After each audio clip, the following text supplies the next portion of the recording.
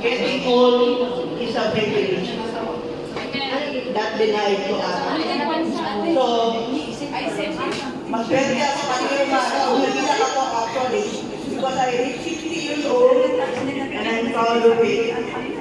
Pero pag tingin ko sa lamin, sinasabi ko, ako na akong 30. Sabay sabi na nakita ko pero maraming salamat. Una talaga sa Panginoon, sa pamilya ko, sa mga anak ko, lalo na sa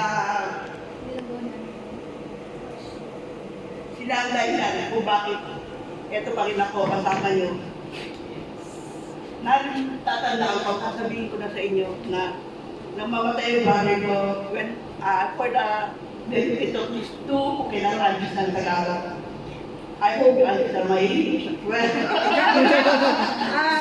When my brother died during pandemic, halos I kneel to the Lord, Lord, get my life in behalf of my brother. I told the Lord, ako na lang, kasi I don't have anyone. I don't have anything. I don't have husband who will cry on me. We are. My kids are all We are here. My kids are all grown up. I know my brother will take care of them. I don't have husband who will love me. And Love who you. will We cry. are here. I love you. God is your husband. But still, the Lord took my brother's life.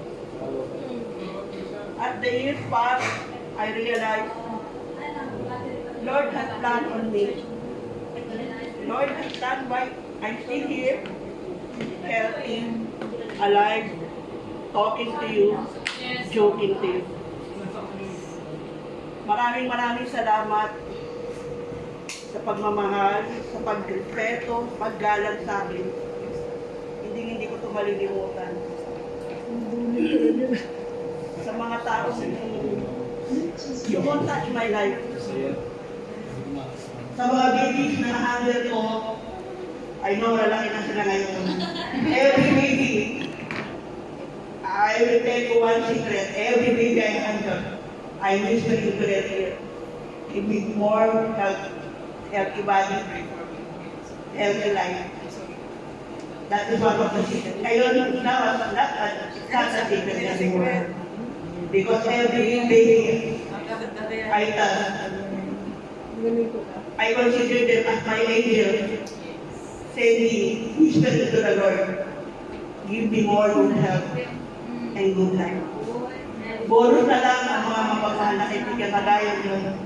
Ang dami ko pang gustong i-invite. Gusto ko sana lahat. Kasi ayoko na pinipilig.